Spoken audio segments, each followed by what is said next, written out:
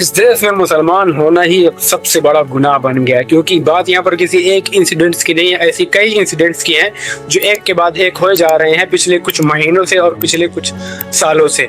और ये सभी इंसिडेंट्स एक ही बात की ओर इशारा कर रही हैं कि इस देश में मुसलमानों के खिलाफ कितनी ज्यादा नफरत बढ़ती जा रही है। क्योंकि बिहार से जो इंसिडेंट सामने आया वो बहुत ही दर्दनाक और शॉकिंग था। बिहार के नवादा में जब एक आदमी कपड़े बेचकर घर वापस लौट रहा था तो रास्ते में उसको 6 से 7 लोगों ने रोक लेते हैं, फिर उसका घर का एड्रेस और उसका नाम पूछने लगते हैं। जैसे ही वो अपना नाम मोहम्मद अतहर हुसैन बताता है तो लगता है कि इस भीड़ को इसी नाम के किसी बंदे का इंतजार ही था। वो सब उस पर टूट पड़ते हैं, उसको जबरदस्ती बाइक से उतार कर उसके पैसे लूट लेते हैं और फिर उसकी बाइक छीन लेते हैं। और जब ये सब करके बर्दाश्त नहीं होता है तो फिर उसके हाथ पैर बांध कर एक कमरे में बंद कर दिया जाता है और फिर उसकी पैंट उतार कर उसका रिलीजन चेक किया जाता है। और जब ये कंफर्म हो जाता है कि ये कौन है तो फिर उसके ऊपर पेट्रोल डालकर गर्म लोहे की रॉड से उसकी पिटाई की जाती है और उसकी उंगलियां तोड़ दी जाती हैं। अतहर हुसैन बताते हैं कि उन्हीं में से किसी एक बंदे ने उनके सीने पे इतनी जोर से लात मारता है कि उनके मुंह से ब्लड बाहर आ जाता है। इस लेवल को उसके साथ टॉर्चर करते हैं कि आप सोच भी नहीं सकते। और ये सब इसलिए नहीं हुआ कि अतहर हुसैन का उनके साथ कोई झगड़ा था, और ये ना इसलिए हुआ कि उनके साथ कोई रंजिश, कोई दुश्मनी थी।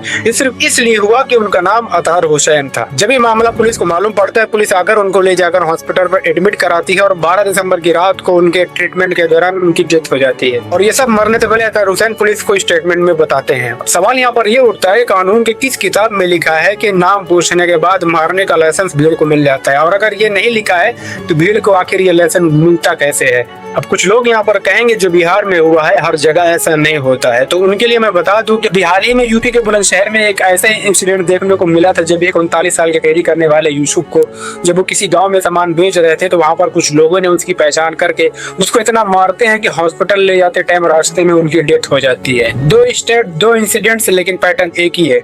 नाम पूछा जाता है, पहचान की जाती है और फिर उसकी पहचान की सजा उसको दी जाती है। अगर तो यह सिर्फ एक क्राइम है तो हर बार भीड़ क्यों होती है? और अगर यह सिर्फ एक गलत फहमी है तो हर बार पहचान क्यों की जाती है? और अगर कानून सबके लिए बराबर है तो ज्यादातर मामलों में सजा इतनी देर से क्यों आती है, और या तो फिर आती ही नहीं है? सवाल ये नहीं है कि कितने मरे हैं, सवाल ये है कि अगला नंबर किसका है।